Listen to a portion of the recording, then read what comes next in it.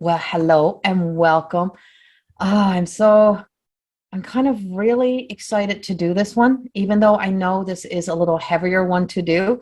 Last night I did the full moon, and tonight I am doing it's that self-care and kindness around these holiday seasons. And not just around holiday seasons. I think this is so important. This comes into the work of self-realization and really truly realizing our own self and our own self that we present to the world, and then also the self that is behind the walls, behind the doors, that is then alone. And so recognizing in our world, in our lives, that we're always putting a face on of some sort. Like, even when we become authentic to ourselves, even if we're having a not so great day, we still have to breathe in, and we still have to step out into the world. So we still present ourselves, right? Who are we presenting and what are we presenting? And so when these seasons arrive, we are being presented these moments that we're supposed to show up and that we're supposed to be a part of. And, it's one thing to have traditions. The other thing is the expectations of holidays and the expectations of every day and what's expected of us as mothers, as women, as people. And there's so many expectations that just are constantly being bombarded at us. And a lot of those come from ourselves. And so I do want to talk about this a little bit today. This is an area of my expertise, since I did write the books on it.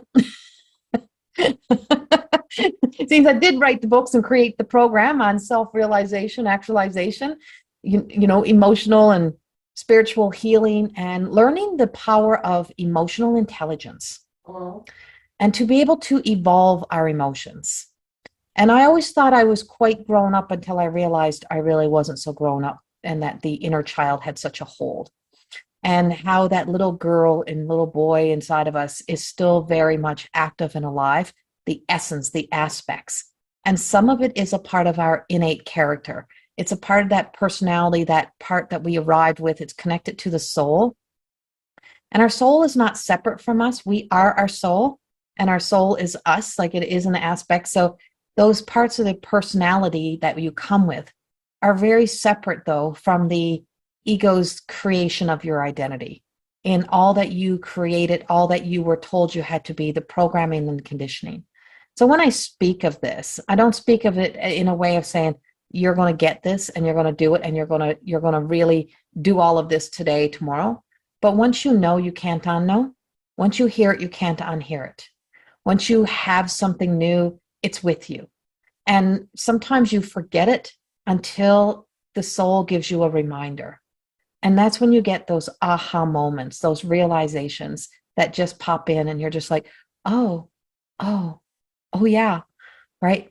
And a big part of emotional intelligence and spiritual growth, and I always say growing up. It's like the part about growing up after we're growing up, part about growing up after we're growing up, is that not everyone thinks like us, not everyone feels like us, not everyone is going to really truly have the same experience as you.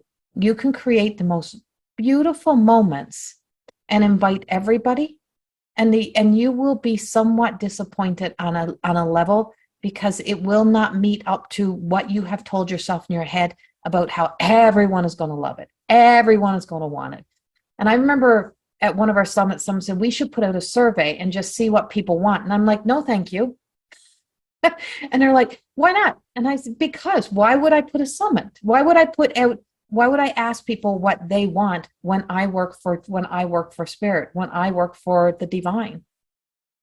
And so I bring in, and I always say this, is that I exist in letting myself heal through now the power of being able to listen long enough to hear what the biggest observer of my life has been. And that has been that essence of the divine, the soul, that wisdom that's out there, but also within us. And so being able to listen and then respond and really pay attention to, what my why was to anything that I'm doing. What was my motive behind that conversation? What was my motive behind trying to bring people into my life? What was I hoping to achieve? And if it was to make other people happy, if it was to fix people, if it was to please people, then ultimately what you're doing is you're not doing it for anyone else, but you're doing it for you. And everything that we do that is like that, when we recognize that our habits and behaviors and some of the things that we say, I do it for you, you should really appreciate it. No, you're not doing it for you, for them. You are doing it for you because it either feeds your monsters, feeds your needs, feeds your wants, but it's feeding something within you. And self-care really truly happens when we can recognize our own behaviors, when we can see our own habits, when we can include ourselves in all that we present out into the world. You know how we got great advice for everyone else, and it's so hard to take our own advice. Why is it so hard to take our own advice? It's because it takes work, and it means something has to change. And one of the things that has to change, which often most people don't even think about, is that you have to include you in your life. And that you have to stop trying to get back to what once was, to who you once were, to any feelings you ever had in the past, to any like feelings that created a story and a narrative in the past, and step into the present and then be able to bring a new sense of self forward. And that self is going to change every day. And so there is so many, I would say it sounds so complicated when you try to explain it. And it's complicated in the way we try to control it, or we try to justify it, or we try to talk our way out of the things that we really need to do. But in a divine sense, it's so simple. It's as simple as a breath. It's as simple as breathing. But the fact that you're human means that it's not so simple, because we have attachments. And we have attachments to our lives. We have attachment to the people in our lives, the people who were in our lives. And so being able to have compassion and to actually care is the biggest thing we can do. And we don't have compassion and care for ourselves personally enough, not the same as we have for others. But the moment we place such judgment, then our compassion kind of goes, our caring and compassion kind of goes out the window. So we have to be very kind in not to judge our own self, to not to be so judgmental on what we're experiencing, the things we're doing, but to start to be aware of them, to recognize them, and to also not put expectations up on somebody else. These seasons are difficult. Number one, you start with children. The first thing children do is decide for you what you're going to do for Christmas. Right. And that you're going to give them the experience they had from childhood on. And that's going to be your job. And you should be there. It's your job. You should be there. And sometimes you don't want to be there. And it doesn't. And so it's that master manipulator that comes to life, and it's emotional blackmail. And so we get caught in emotional blackmail on a regular basis. And I'm going to bring this in and reel this in when I got all these little moving pieces. They're all hanging down like little dangles coming down. I'm going to bring them together. And I'm like, and so when we recognize these manipulations, the motives, the intentions, and all of the other things that come with it, we realize that this is all coming from a state of being. It's also coming from that sense of how we emotionally attach to previous experiences and to people and to what people mean to us.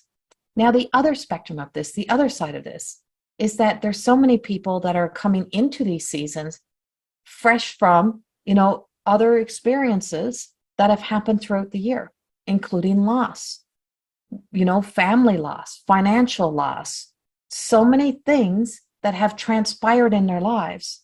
But when these seasons come, people expect them to be the same person they were the previous, but you can't.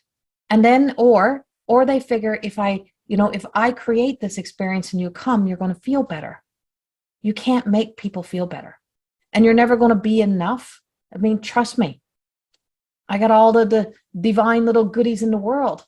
And no matter what I can give people, it never can change their lives.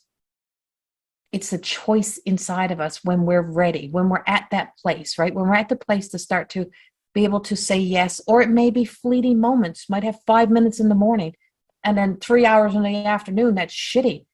And so all of these are like moving pieces that people don't really pay attention to because we get so caught up in what we think is coming, who we think we should be, and how we think it should unfold, that we don't give ourselves the opportunity to be, we don't give ourselves the opportunity to sit with where everyone is, where I am myself. And this is so big for me this year, and a big one for me this year, because this year, a lot of things have changed for me. And I mean, my loss is nowhere near the loss of other people's, and I don't want to discount those losses, but the experience of going through a massive financial loss this year has really had an impact upon who I am coming into these seasons.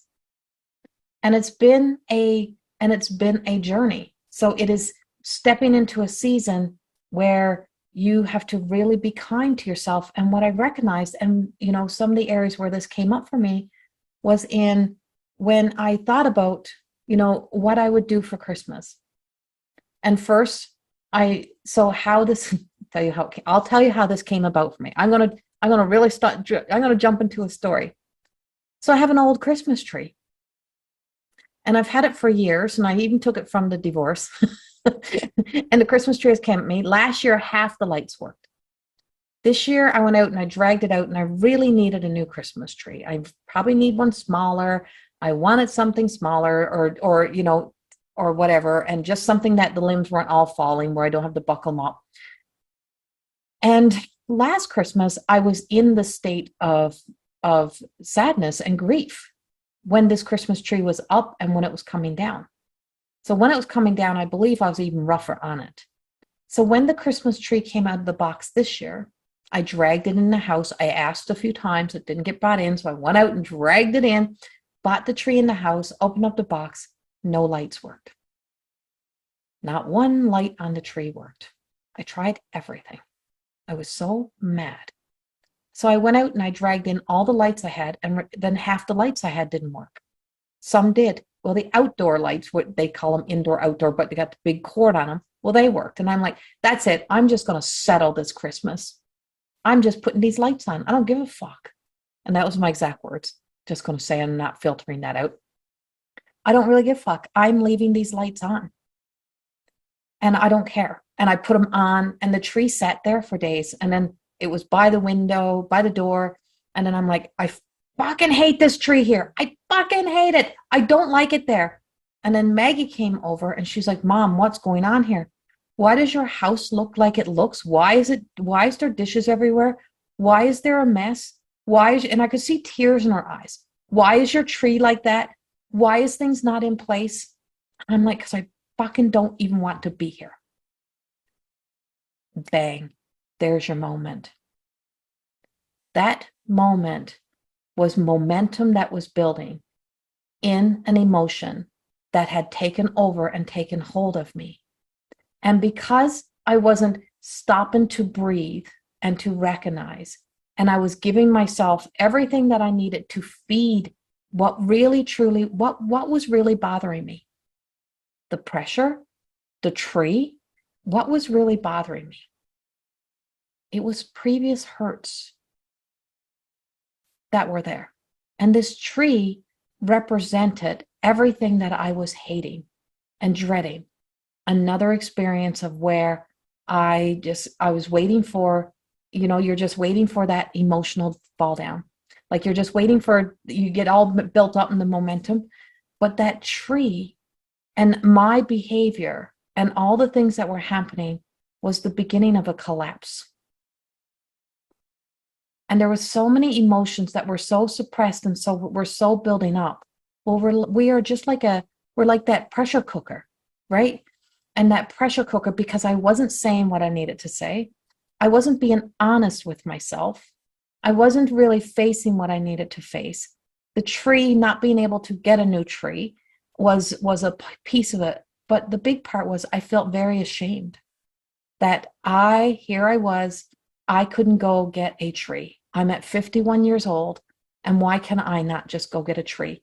And why couldn't I just go buy a tree? Now, this is where emotional intelligence comes in. When I sat down on the couch, when my daughter got here, she said, could you just start with moving the tree where you want? So she picked it up and she helped me move the tree. And because I can't do the things that I can do, my back.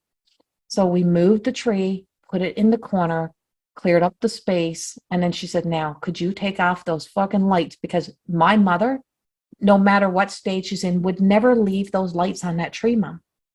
And that's not about your perfectionism. That's about how you like things pretty. And that's not you.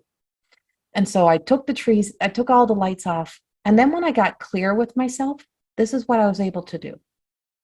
I was able to get in the vehicle, drive to Red Deer, because we don't have a Walmart here. Drive to Red Deer, go to Walmart, and buy new lights. Now that concept wasn't entering my head because all I was thinking about was what I didn't have and how I couldn't be and what was missing and what couldn't be this year. And all of those things, I wasn't thinking about what I did have. I wasn't in that frame of mind. And all it takes is one thing, one little thought to change your mind. One thought can change your mind in a split second about how your life can fully change, your experiences can fully change. Everything can change in one thought. It takes one thought, one moment. And when I changed that mindset, nothing else had changed except I found the solution to the problem. And it wasn't really the lights. And it wasn't really the tree. It had nothing to do with it. It was the lack of forgiveness that I was sitting within where I hadn't forgiven myself. And so the gross old tree represented me. And I was not being very kind with myself. And I left it standing the way it was, all for a reason. It could torture me. And I could punish myself. And I could be hard on myself. And so the perfectionist in me could look at all of this mess and say, what a failure I was being. And that's what we do. We all do that. And is this your Christmas tree, Lisa? Yes, it is my Christmas tree. And it's just an eerie little, why we are together, Corrie. Because, when I was 51, that was my first Christmas after the big loss of my house and all my worldly possessions. And my kids really wanted a Christmas tree. And we didn't really have any money. And what I'd like to say about your story is, my perspective on all of that is that you were willing to use what you had at hand and make the most of it. So that is a good thing. And in my particular case, my kids were already older and I already learned the lesson where kids put trees up, but they don't take trees down. So my kids wanted a tree. I had no money. And so I made this tree. How old am I now? I'm 62. So this is a fold-away tree. It's kind of like a fold-away. It was made from a cardboard box so that it can fold. And then when it's Christmas time, it can come out and be placed against the wall and has little candles on it. And has the little streamers to decorate it. And anyways, it's the best Christmas tree I ever had. And I'm not getting rid of it. Right? Okay. Yeah, exactly. Right. And it's those moments, it's those times. And it is those experiences. I mean, my daughter's still laughing at what I did because now my tree is beautiful and it's white and blue. It's white and blue. I never had blue lights inside the house. And it's white and blue and it's silver and it's sparkly. And I made it. I mean, all my decorations from all my years are on there. And then I decided, well, not I, Corrie decided that I said I can't find a little tree we have. So I had another meltdown. And he went and got me this real Christmas tree. And it's a real Christmas tree. And the real Christmas tree, I vowed I would let it be perfectly imperfect. So it's like all of Maggie's like candy canes from when she was a kid. All those things are on there. All of those little memories. And as I was putting it together, there was such joy in that experience in that moment. And so our lives are all stringed together in moments, right? So back to Lisa's tree. I want to go back to Lisa's tree for a moment. In that moment, she knew in her heart she had to give her kids a Christmas, right? And so all the things that were happening, she had a box. So she took the box and she made the box into something. She created into something. She made it into a tree. And that tree still is alive within your house, and it has memories now, right? And it's something that's probably the most precious treasure because it taught your children something. And it probably taught you something too, right? It's so many things. And your children may not ever mention it until they got kids, until they tell their kids, until they got those moments that are happening. And so these are experiences, right? And these are experiences. And in those experiences of when life is not really, giving us what we want, when life is not working out, when we have expectations, when we really truly know within ourselves that we're not in good places. And having that sense of compassion and caring for ourselves also then makes us very aware of other people.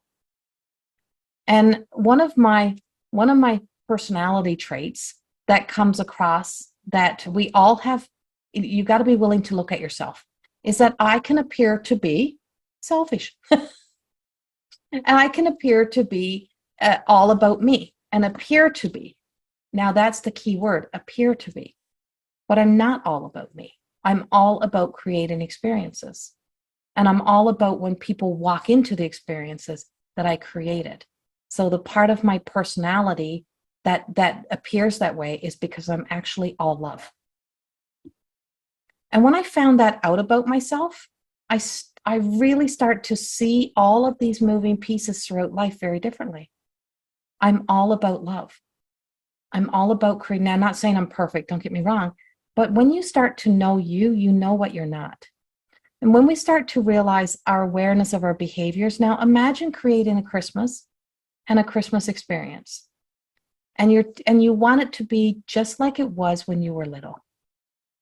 And so just like your experience, like everybody sits to the table, everybody comes to mom's house, everybody comes to dad's, whatever it is, right? Everybody goes for me, everyone went to my grandma's house. So everyone comes.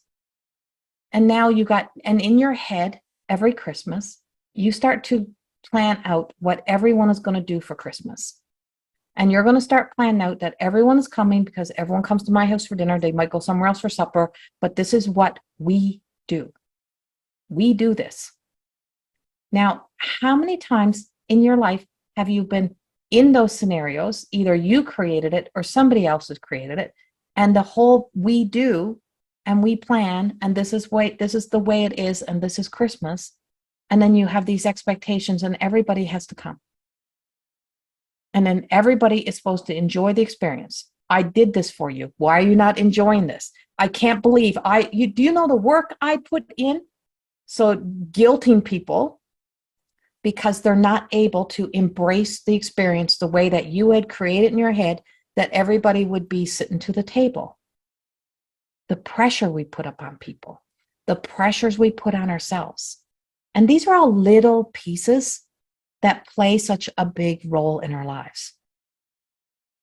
And I remember one year my mother went out and put all this, I think my grandmother was gone at time, or no, it was, around when she was gone.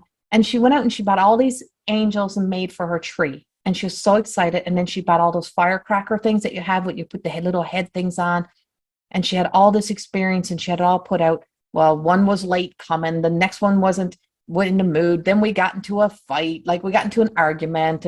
And then we walked in and looked at her tree and we laughed at her tree and her angels. And all of her angels had mouths that were like, and we're like, oh my God, blowjob angels. And not even thinking, but this is how unconscious we are, right? not even thinking of the work that she had put into that experience, but also the fact that she had high expectations that were then being met because she never ever had a Christmas in her life as a child. There was no parents' home. There was no gifts under the tree. They would have a scrawny tree, but no one would be home and there'd be no gifts. So she's always wanted to give us the best because she didn't have. And so every Christmas would be that level of disappointment because we didn't know how to appreciate the way she would appreciate things, because we never had her Christmas without. And then in our experience, she taught us to use humor to mask anything. So humor, and we walk in and she was so proud of those angels. And when we made fun of them, we didn't know we were actually hurting her feelings, even though she laughed with us. But it became a traditional joke that we laughed at, and then she still kept putting them on the tree for a lot of years. But in the meantime, we were so unaware that we actually hurt her feelings. So all of these moments happens, and they're amplified during seasons of the year. And then we have that loss, the first time without, the first new experience, the first time, with children. So it's the first time having babies as for Christmas, the first time not having family members for Christmas, the first time not having, there's so many scenarios that play out. And we don't know how to be in those experiences. We really don't know how to be in those experiences. And it's such a hard thing to be able to know how to navigate through that. And one of the greatest things you can do is to leave open invitations to people if you feel up to it. Check in with people, but don't pressure people. And don't force yourself to have an experience you're not ready to have. Don't force yourself to have an experience you're not ready to have. Do what you can do, be what you can be, and don't feel like you need to do any more. And don't pressure anyone else into having that experience with you. Having to recreate tradition is such a high expectation, but it's also a sad thing in a way, because how does new things come in? Or sitting with someone who's all about tradition, like a grandma, and then telling the grandma, well, next Christmas, we're all going to Mexico and you're coming whether you like it or not. Well, that poor grandma, the whole year is going to be stressing about next Christmas because she didn't want to ever go to Mexico because this was what Christmas is about. So in that experience, we're not aware that we're already bringing into the future a new stress, something else that's unfolding, something else that's happening, right? Something else that's going on. And so when we think of kindness, I learned that when having to integrate two families. Yes, Wendy, there's another example. When you're bringing two families together, and two families coming together, you want to make it the best. You're trying to bring it all together. The key, I believe, in self-care and self-love of all this. Anybody just see that thing go across the back of my head?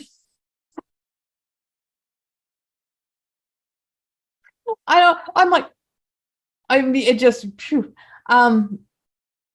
Is asking people. The key to kindness is asking. The key to kindness is asking and getting permission, to invite, even, if someone is just freshly dating and they come in with the extra person. Now, you don't know if they want to bring the person, but you invite that person anyway. Oh my God, we're having Christmas, come over.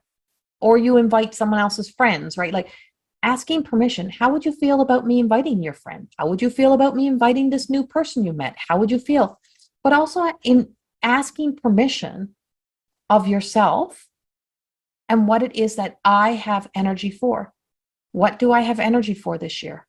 What do I feel like doing this year? Who do I need to, who am I able to be this year in this season? What do I have to give? But then asking permission of people around you, asking children in mixed, what is it you would like to see? I can't give all, and I can't promise you're going to get it. And by not making those promises, right? Don't give promises you can't keep. It's like, what would you like? How, if we could do this, if we can make this work, what would you like to see? And then maybe have things that are blended, break up the traditions, let things slide that you wouldn't be so concerned about.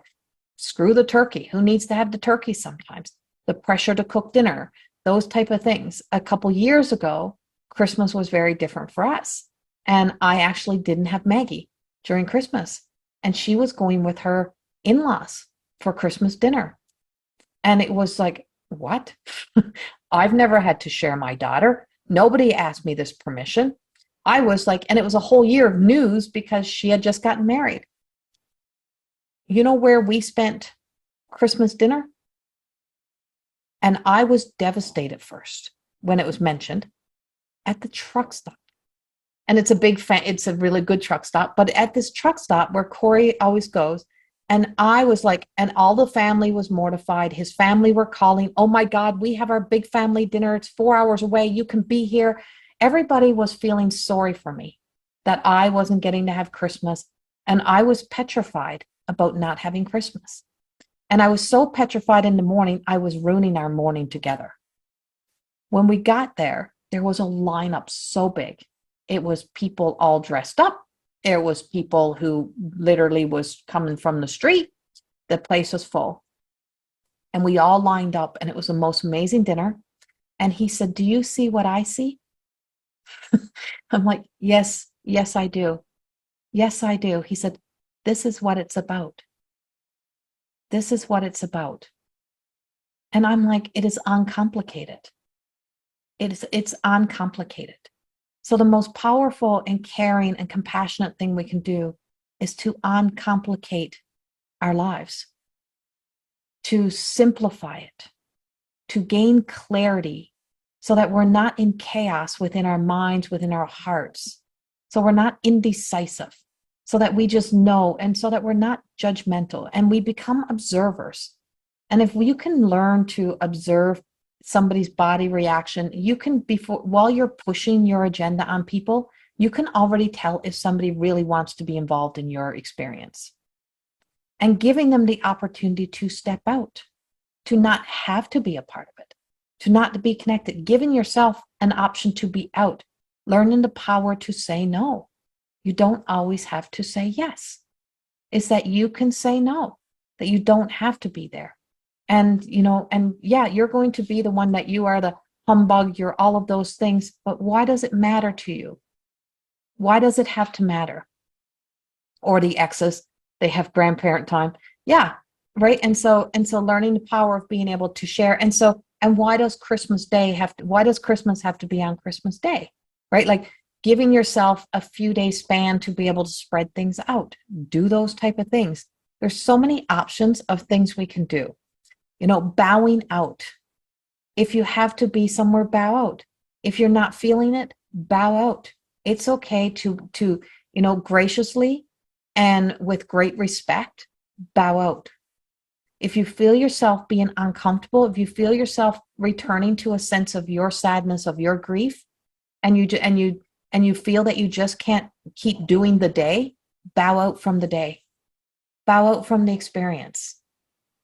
So that you can give yourself permission to give yourself time to be what you need to be for your experience.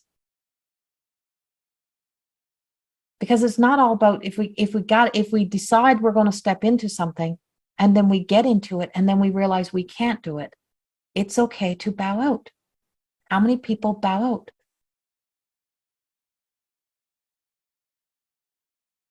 Lisa, you do, right?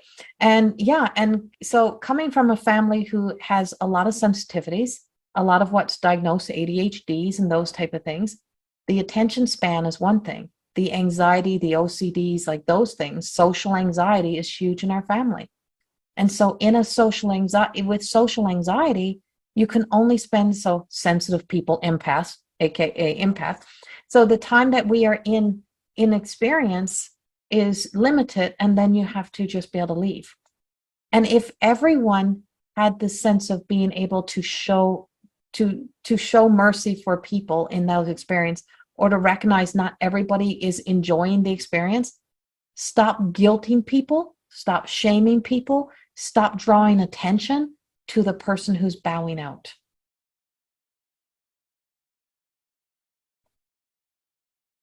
Let the person bow out with dignity, Let the person back up, move themselves out of situations,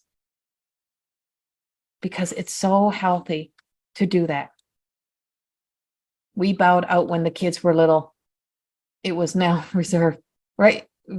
Reserved well. It was not, reserved well, like received well. Yeah. Yeah. And so it's because people have expectations, right? And so, but if we, so that whole story, so I'm just going to go to your story for a minute, Tracy. I just want to go there for a moment. So in that experience, right? So that part of when you added on, it wasn't received well. So you have that memory of how they responded, right? And the words or what they said about you leaving, whatever that was, right? You have that experience, right? You know that. So that sense of bowing out, if the only thing that you can hold on to is that you did the right thing, right? And then if you can let everything else go, and it doesn't get received well, but does it really matter? That's what you have to remember. Does it really matter? And you have to stop making those things matter by you adding your own emotions to it, by you then taking it as your own responsibility to carry the weight of it and to carry the load of it, and say, apologizing for it. Stop being apologetic. One of the great self-cares that we have is that we live apologetic. That we always want to be apologizing. And so we're apologizing because we don't have the energy. We're apologizing because we're not there. But we also don't know how to explain it to ourselves. Your tank is empty. And so if you are struggling and going through, I don't want to use struggling, I want to change that language. I want to change that word. So if you are in the experience of grief, and whatever you're grieving, is that your whole tank is not fully on. Like it's not fully full, because it gets so full and then it empties quick. There's not enough momentum in the moments to keep bringing you back, because everything that you would have shared with the people that were in your life, or the person that was in your life, every time you go to share it, you realize they're not there. And so it is the power of a loss. It's the power of loss and having that empty space that causes that causes us the biggest part of this grief process. So then emotions come with it that should come. These are not emotions that you should be evolving. These are emotions you should be allowing. But if other people don't allow you to have these emotions, then you're always being denied this experience. And then when you deny yourself the experience, then you're working from the dark. And then you're trying to exist from the dark. And then you have nothing to give in the dark. And so these emotions and what you have is so limited. So giving people, showing people grace in those times, stepping yourself into grace, show yourself mercy, and say, you know what, I totally get it if you haven't got what it takes to come. I'm going to leave the door open for you. I'm going to leave this open for you. And I invite you. You are invited. Come for an hour, come 5 minutes, or don't come at all. But let me know if you'd like for me to bring you some food later. Is there anything I can do for you? Those experiences are about caring. It's, if I can, if you just want to lock your door, that's fine. If you don't want to be a part of this experience, that's fine. But let me know if I can do anything for you. I'm available. Now, this is the next one. I'm available. Are you available? Are you available to the good stuff? Are you available to the love, to the light? Are you open? Are you available to yourself? Are you available for receiving? Or are you so busy buying? Are you so busy caught up in trying to create that you're just turned off and you're not available and you're just doing? Are you unavailable because you have closed down, because you're believing in yourself that you shouldn't be feeling the way you're feeling? And so then you become unavailable. Are you available to the beauty of the divine? Are you available? Is your heart open? Is your mind open? Or are you closed off? And what closes us off? What shuts that off for us? Trauma, traumatic experiences that shock us. Loss, betrayal, deceit, denial, lies, like all of these little things that creep in that then close us off. So if I'm going to bring even money into this for a moment, if you don't have the finances to do Christmas the way that you kept trying to do it, but you're out doing it anyway, and as you're doing it, you're realizing you're just putting more and more weight on top, weight on top, weight on top, weight on top, is that you are actually unavailable. You're not able to answer the call to say yes to what the real priority is, and you're saying no to the real priority, and you're saying yes to the shadow's needs to keep being on repeat, keep doing and doing and doing and doing. And the more that we can stop and really reflect on it and pause, and am I available? What do I need today? Who am I being today? Who am I being in this experience? So back to the Christmas tree, in that experience, I was being the little girl Corrie. When I am afraid, when I am disappointed, when I feel like I'm disappointing others, I act out that way. When I have a nervous tendency coming on, I don't portray nerves. I don't say, oh my God, I'm so nervous. You'll rarely ever hear me say that. I act up, as my mother used to say. She's acting up again. I get frustrated. I get irritated. And I stop doing the things that need to be done, and everything becomes chaotic around me. And when I do that, I recognize what that is. And that is that sense of not having the opportunity as a child to have that part of the emotional self nurtured, to have it explained to me, to have it, you're fighting for it. Just, when you're just told, just shut up, just get over it, just stop, just fucking stop. They don't know the difference, but that's how they deal with things, right? And so that's how they deal with things. Complaining, right? You start complaining. If you find yourself walking around the house complaining with a broom in your hand and you're bitching about everything, this is where emotion, this is self-realization, that is not really what's wrong. You're complaining about everything because there's something deeper. What is the deeper thing? And so I had to really sit with what was my deeper thing. And when we're not available, we can't hear what is the deeper thing. We can't feel, we can't connect to what is the deeper thing. So when we allow ourselves to become available to ourselves, to our soul self, to really listen to what the soul is saying to us, what is really needed? What do I really need? Look into the mirror. Look into the mirror, even looking into this reflection and looking at yourself, and just stare. Just stare. Just stare for 5 minutes. We're not going to do 5 minutes. I want you to all to stare, and don't look at the other people in your screens. I want you to look at you. And I just want you to look at you and just keep looking at you and looking at you and looking at you until you can see past you, until you can feel something. And just keep looking. And notice, be aware of what comes first, what thoughts are coming in, what's happening, very first. And then be aware of the shift. And then what's next. And then, as if your eyes stay focused, but you can see beyond you. You can see beyond you, as if you can see way beyond you and see behind you. And then as if you can see forward. And as if you can just see beyond, forward, beyond, as if you're seeing into the computer. Now what's happening? Now bring yourself back and come back.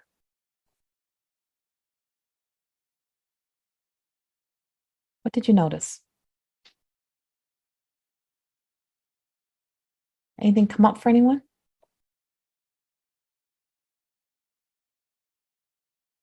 Someone want to share?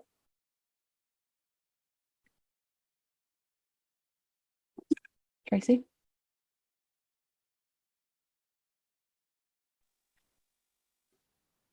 There was a lot of emotions flowing through, but everything just kind of slowed down, and then the brighter side came in. So Yeah. it turned it around. Yes, it turned it around. The good way to put Turned it. it around. Yeah, because who you were just with you. You were with you. You were with all Mhm. your whole self. Mhm. Yep. Wendy said her heart rate slowed down. Mhm.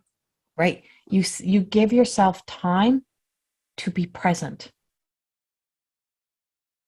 To be present with you. What do I really feel today? And I literally, I mean, I wrote my truth of existing beyond a reflection based on this. And I would see so deep, and I'm like, well, that's not true.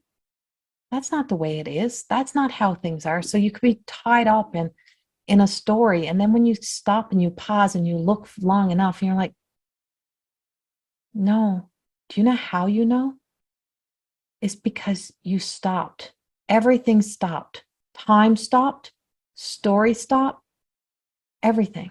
Your mind changes direction. And you stop being outward and you start going inward. You start feeling that inward sense, that sense of value that's within, realization, actualization. We're in the moment. And in this very moment, everything can change. Right? So whatever was just happening before you went in to that moment, and then you feel this flip. So there was other emotions that were happening. You were probably thinking about Christmas experiences. You might have been thinking about other things. And the moment we came back, here we were right here. Lisa, did you have anything?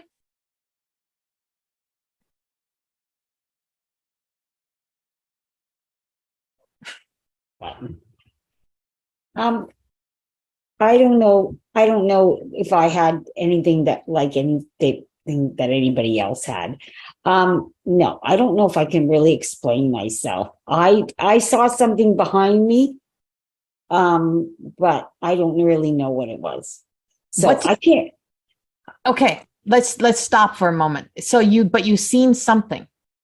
I saw something behind me, but I can't really verbalize anything about whatever. I mean, I couldn't tell you. Maybe it was a deeper side of myself. Who the hell knows? It was just, that's all that I saw was something behind me. Did it catch your attention? Yeah, but it was more like a shadow. I don't know. I can't even, but I knew it wasn't a shadow. I don't really know. It could have, yeah, I don't have a language for it. Imagine that. I don't have the words for it. Word alchemists don't have the words for it. I don't have the words for that, which is very unusual, which is why I didn't put my hand up, because I didn't have anything intelligent to say. That's really what I'm saying. That sounds like babbling when I go, that sounds something behind me. Yeah. Okay. You babbling, girl. That's okay. That's okay. So, it's all right. I know there's nobody's marking me, and I don't have to do it a certain way. And thank God, because we know I have been under the pressure of feeling like I was under an exam. So that's how, I would relate to pressure is like being at an exam. Okay. Right. So right. And it is. And so I just want to know Lisa's experience for a moment there, and literally having that kind of pressure put on her that she should have experienced something a specific way, or she should be something a specific way, or whatever it may be. And the pressure to try to create it, the pressure to try to be it, the pressure to be the same as everyone else. Sit to be in that experience, to be all of those things. And that's it. It's literally like being an exam. It's literally like, and it just, the stress that it causes, right? It's the stress that it causes is just detrimental, and it has an impact, and it has an impact that then goes into the body and it stays with you. And then every time you have an emotional response that's similar, you start to be triggered by that and you start to feel the same way. And it's like you got to explain yourself or justify yourself. Lisa knows that in her safe place with me, everything is, and everything just is. And there's no that. And that's the value of true friendship. Right there, you have to be nothing. You have to do nothing. Just be, right? And just be. And just be a part of whatever your experience is your experience. And we don't know what was behind Lisa, so we can't say other than, but something happens when we do look that deep. Something happens when you go that deep. Something that when you come home to you, because when you're busy complaining, when you're busy over here planning the perfect Christmas, when you're busy over here doing this, busy over there, the one place you're not is you're never home. So you're never available to answer the door, to get clear in here, to clean the clutter within. You never are available to do all the things that you need to do that is for you. And so when people say, make yourself a priority, it's so hard. What do you mean, make yourself a priority, right? Like, so simpler terms. If you're out there, you're not here. Simpler. If you're out there, if your thoughts are out there, if you're already in the future, if you're in the past, you're not right here. That's the priority. The priority is to be right here. And only from right here can you make wise choices and wise decisions. Only from right here can things go as planned. Because the only plan is only what's right here, right? The only purest of intention is only going to happen right here. You also have to know that when you're right here, that you know that you're safe to let things not be perfect. Because before anything ever happens, your plans can be as perfect as you want, but the delivery will never be perfect. The fact that once you the delivery will never be perfect. The experience will never be perfect. Why? Because it includes human beings. And the moment it includes human beings, including yourself, it's never going to be delivered perfectly. It's never going to take off perfectly, and it's never going to be perfect. Right? And so letting all of that, freeing yourself of that, is truly about, when we talk about make time for you, make space for you, make room for you in your life. That all means come right here. So if make space for you, make time for you, is this for 5 minutes? Do this. Because staring in here and looking is the same thing as closing your eyes and going in here. And if you come right here and you get into this space and you get in this spot, this is how we start to evolve and not force, flow and grow. This is how we begin to be able to more than just exist in our experiences. Because as long as you're just existing in your experiences, is that you're setting yourself up for the suffering, the failures, all of those things, but you're not living. You're living in the dreams of your experiences, in the prior to, in the shoulda, coulda, wouldas, in the what could go wrong, in trying to make everyone else become a part of that experience.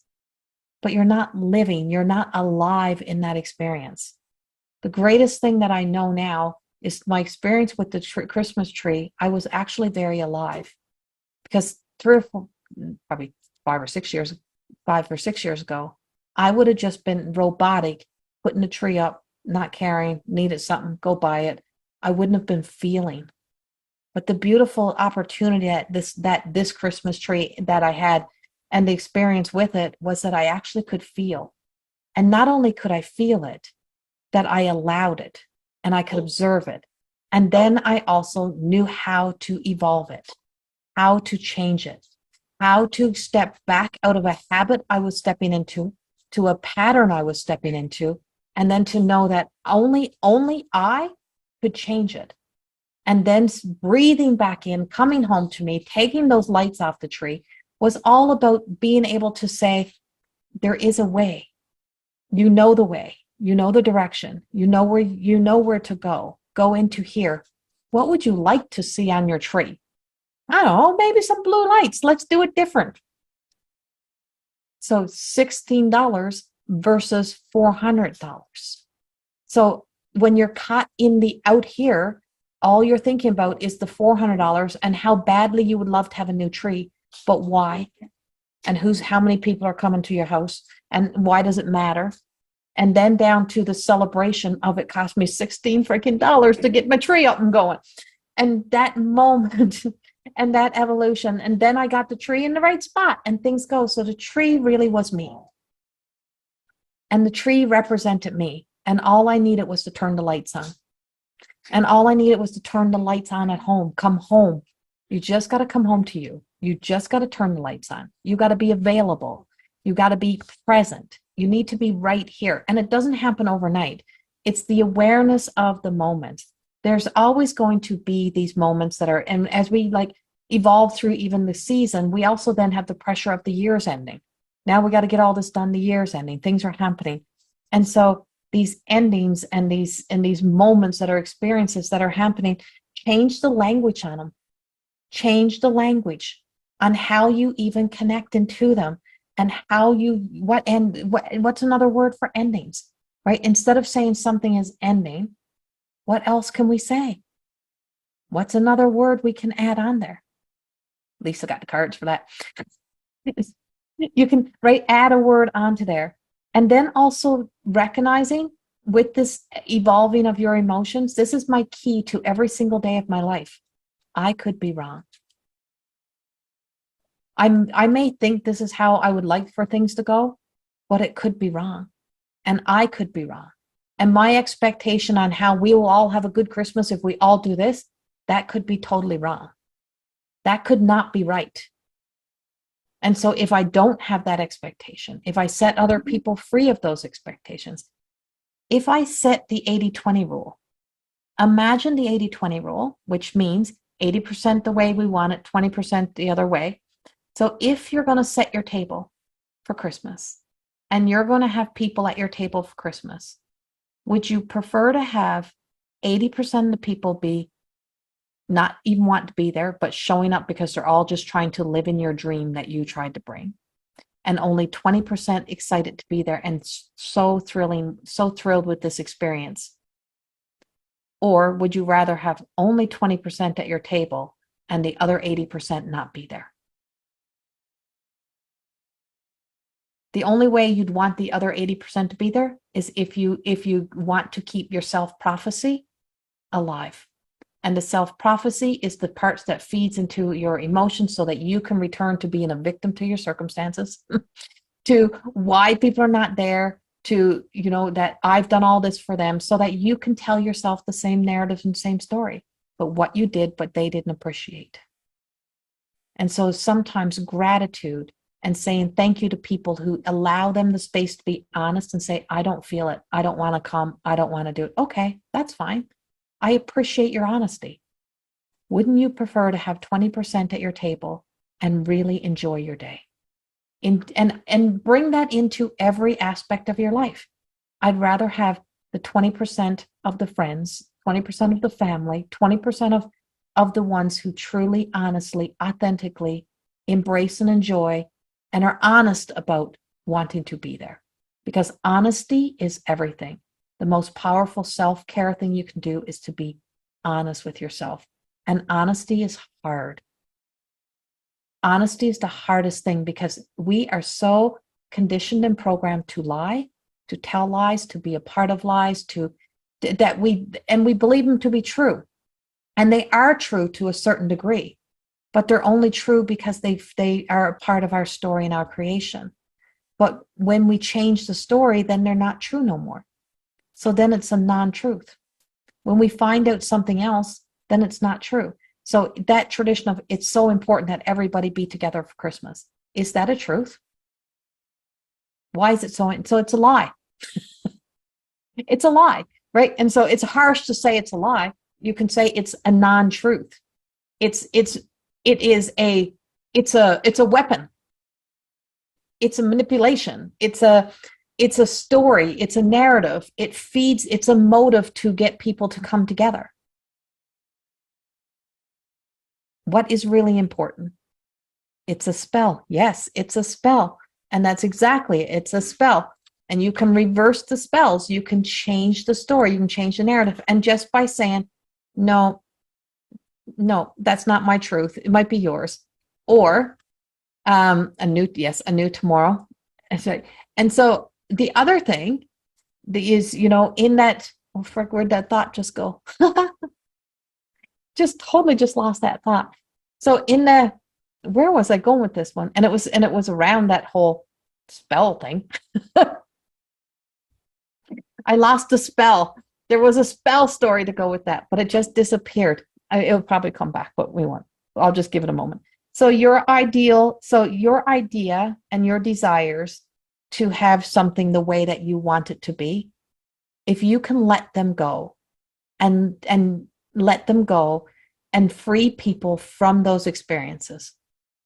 And that's the same thing as forgiveness, right? Forgiving people is not about, saying, oh, I forgive everything you've done. It's forgiving yourself so that you can release the attachment to that person, to the narrative, to the story, so that you can heal, so that you can do the things that you need to do. And there's such importance in that. It's the same thing as releasing people from your dreams, from your expectations, from those things within our lives, so that you're free to be available to then acknowledge, what do I really want? What do I really, Sid is being so bad. What do I really need? Sid, what do I really need? What's important to me? What do I value the most? And those are key points.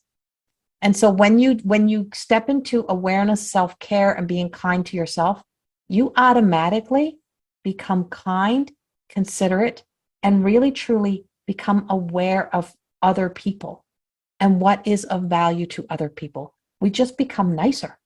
We do. We be nicer. If we're nicer to ourselves, we're nicer to other people. It's an automatic. We're more respectful. We're more connected. We have a deeper sense of awareness, and everyone around us actually matters most when we are in that state of being.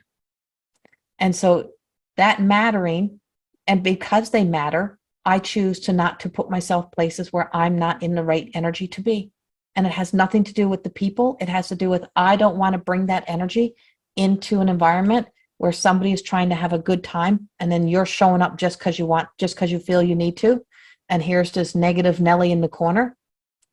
I spent a lot of years existing with that kind of energy that existed in my life. And the moment that energy would walk into the room and in an experience, everybody's whole evening was ruined. So why did we all push that person to show up there? Why? Right? So releasing the pressure, being gentler, being kinder. I could talk for hours about this. I don't think an hour is really enough. But my key of all of this and where this goes is the ability to recognize each person as an individual, each experience as an individual one, evolving the emotions, emotional intelligence, really truly questioning your own motives, courteous, be kind, come home to you before you sometimes even speak or respond.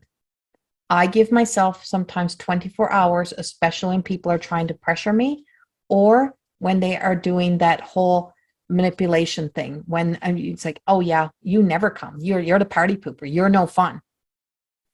That's not going to get me any closer to getting me anywhere anyone wants me to go anymore. So it's like, that doesn't work, right? Because that's manipulation. And you learned that was programmed and conditioned. You probably don't even know you do it. And most people don't know some of the things that you do and the tendencies you have, because it was done onto you. And the things that you don't like done onto you, you become very aware of them and realize how much you actually still do them. Catch them in the moment, stop them, and stop allowing it. And show yourself grace. Step into grace and show yourself the mercy that you need. The same compassion you have for others, have for yourself. Don't feel you have to keep doing because that's the way things were done. It's okay to break traditions. It's okay to break cycles. It's okay to end patterns. And when we end patterns, behaviors change with it too. And asking, ask. There's such power in asking and gaining permission to yourself and asking others.